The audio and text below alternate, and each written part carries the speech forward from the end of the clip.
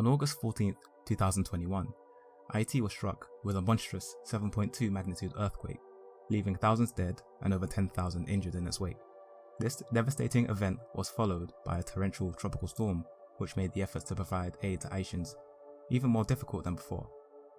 All of this comes 1 month after a shockwave in the political sphere, as Jovenel Moïse, the former president of Haiti, was assassinated on July 7th. The evidence seems to point to yet another instance of imperial forces growing tired of someone they once propped up to maintain their interest in the region. The majority of Haitians are living below the poverty line, half of the population have little to no access to clean water, and 30% are dealing with food scarcity, making it even harder to survive. Turning our attention to Haiti's past can help to illuminate the path that led up to this moment. The history of the revolution has been intentionally obscured, and upon discovering the true history of the island and its people, it's no surprise why. My inquiry into Haiti's history started in an unexpected place, in the world of steampunk, a subgenre of science fiction which centers around steam-based technologies as opposed to electricity. Black God's Drums, written by Jacobins, weaves Afrofuturist threads into unfamiliar territory. Although a lot of steampunk romanticizes the Victorian era, Clark confronts his contradictions head-on. For instance, Clark highlights dangerous factories where children work day in, day out, risking their limbs to keep the cog spinning so that the steam-powered tech remains fully operational. Creeper, the main character, grew up in a post-Civil War New Orleans and makes her living pickpocketing the rich. Clark doesn't romanticize her source of income, but instead highlights the conditions that shape the path she had to go down just to survive. The Black God's Drums doesn't focus as much on the intricacies of steampunk technology. It instead centers Creeper and her journey to prevent her foes from unleashing a weapon which summons the torrential power of Shango, who is commonly associated with thunder and lightning in the Yoruba religion. Clark centers African spirituality, using it as a vehicle to propel Creeper forward to reach her full potential with the support of the spirit of Oya, who gives her courage and strength. The homage to the Haitian Revolution throughout this novella inspired me to take a deeper dive into the actual history of the island and its inhabitants. This video wouldn't have been possible if my comrade St. Andrew hadn't recommended it. He'll be sharing some knowledge about African spirituality a little later, so stay tuned. Millions of Africans were abducted from their communities and hoisted onto slave ships. They were chained side by side, bound and restricted. They were forced to sit and stand in their own waste, and only had access to sunlight for a fraction of the day, and those who would rebel wouldn't even get that. Perhaps the worst act of dehumanization involved colonizers killing the enslaved, carving up their bodies, and force-feeding their parts to the others. Life in Haiti was especially harsh, in large part due to the profitability of the sugar industry. Since sugarcane is an especially hard crop to cultivate, Africans were worked and overworked until they dropped dead, only to be replenished by another round of people. These acts of genocide, these barbaric, anti-human practices were all part of a vicious system that justified the slave trade. To the colonizers, Africa was a plentiful continent that would never run out of our bodies to kidnap. They didn't see Africans as humans, they saw us as biological machines that can work for free for generations. And because of this system, enough wealth was generated to lay the foundations for the Industrial Revolution. James highlights the contradiction that although this was a brutal system of enslavement, it also acted as a means to develop the productive forces of the Haitians and place them in a position where revolution was ripe. The rise of the Maroons is a prime example of African rebellion in the Caribbean. They had escaped enslavement and fled into dense forests to obscure their movements. The Maroons, whose numbers grew to 3,000 by 1751, were a source of great danger for the colony. A notable leader by the name of Macandal helped to organize them around a shared goal of liberation. Their plan didn't come to fruition, and Macandal was captured and murdered, but his rise, and the rise of the Maroons in general, demonstrates the constant struggle for freedom. Their efforts contributed greatly in setting the foundation for the revolution in 1791.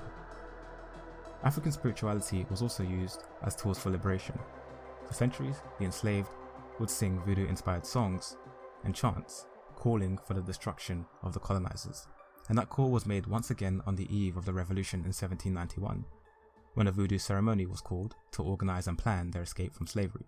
Voodoo priest Dati Boukman and priestess Cecile Fatiman led this spiritual call to action, which united the people behind the common goal of total liberation.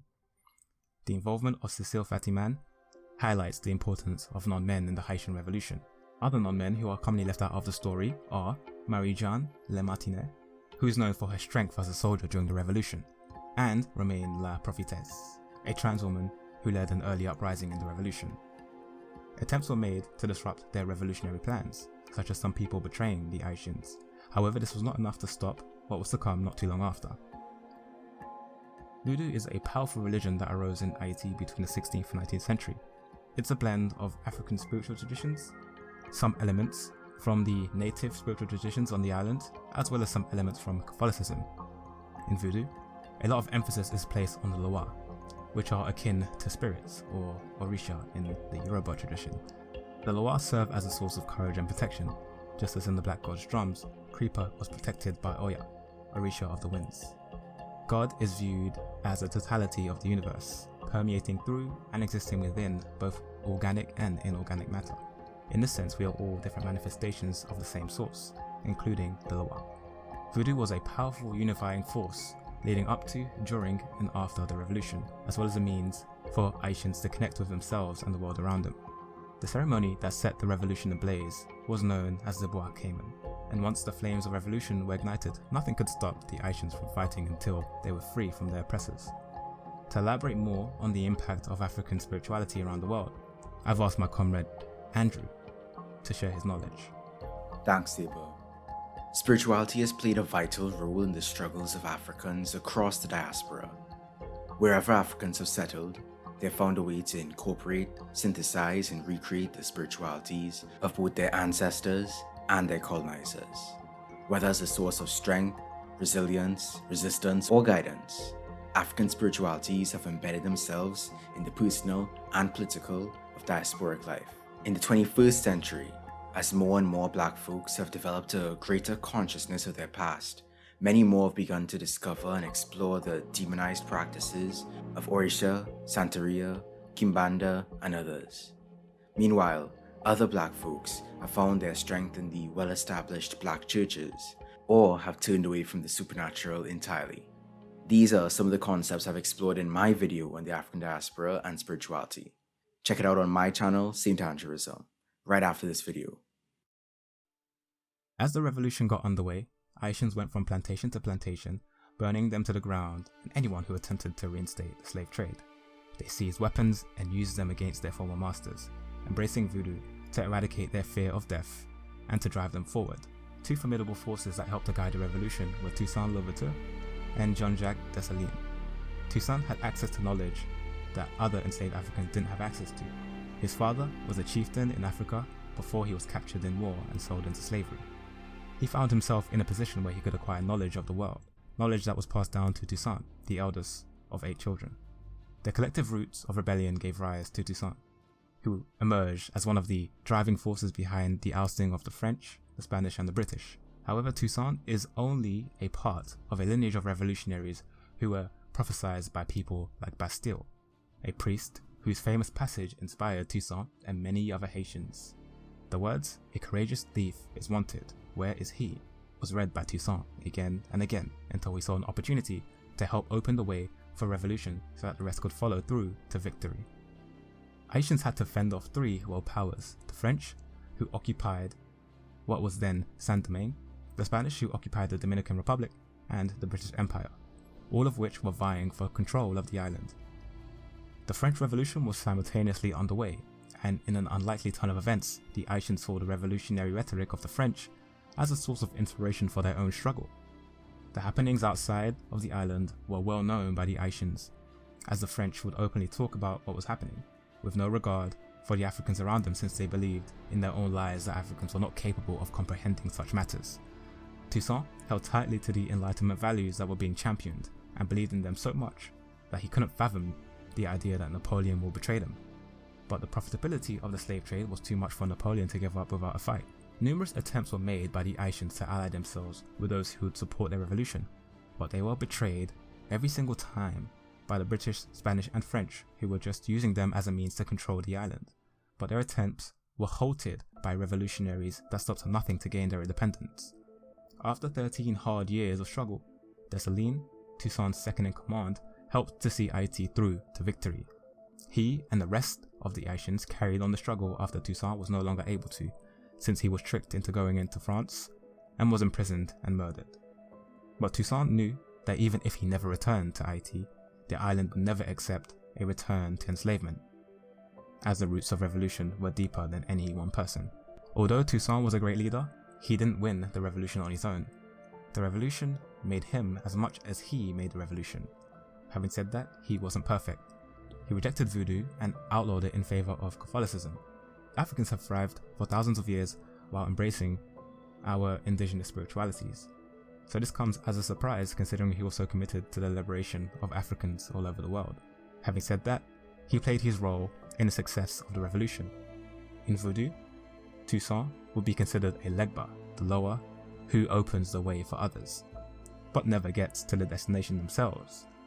Whereas Dessalines would be considered Ogu, the one who helped the Haitians follow through to victory, given the path that had been opened. And this is exactly what happened in 1804 when the revolution was won. The early constitutions of Haiti demonstrates their commitment to the total emancipation of black people everywhere, which is a foreign concept to settlers and colonizers. Blackness even transcended skin color, as even the Poles and Germans who defected from Napoleon's army were welcomed into the fold. The triumph of the Haitians is something we can draw great inspiration from. They demonstrated that a society of enslaved Africans can organize themselves against the world powers and win against all odds. Their success sent shockwaves around the Western world, who depended upon the slave trade to accumulate the wealth that led to the system that we have now. Post-revolution, Haiti also serves as an example for the neo-colonialism that still affects so many oppressed nations around the world. In 1806, Dessalines was betrayed and assassinated by the elites, who set the foundations for the puppet leaders and subsequent debt traps that they ushered in, which allowed colonizers to continue to extract wealth from the island. More than 200 years later, Haiti finds itself in a similar position with leaders like Moïse, who were propped up to maintain imperial interests until they were no longer useful. Between the end of the revolution and now, Haitians have had to deal with a series of coups and occupations, notably in 1915 when the US invaded and gained complete control of the political and economic sectors within a few months of their arrival, which was followed by two battles, known as the Cacao Wars, one in 1915 and the second between 1918 and 1920. During the second, 20% of the population organized with the peasants and initiated a prolonged siege on a fort called Porto. The US responded by killing 30,000 Haitians. Another devastating blow to Haiti was the events preceding a failed rubber plantation that was initiated by a puppet leader who sought to profit off of World War II. The failure of this project destroyed over 100,000 acres of fruit trees, which severely hindered food production, which was already relatively difficult after centuries of soil depletion from the sugar plantations. Although the situation in Haiti seems bleak, Haitians have the strength to overcome it. The revolutionary spirit that permeates through the people has continually driven them to fight for their freedom. Embracing voodoo has and is propelling them forward, which is why we cannot separate their religion from their revolution. There is a lot to learn about the history of Haiti, and I could only cover a fraction of it, but I hope that this can inspire you to do a deeper dive. As always, thanks for watching. Shout out to St. Andrew for sharing his wisdom in this video. This is part of a 2-part collaboration, so please check out his video.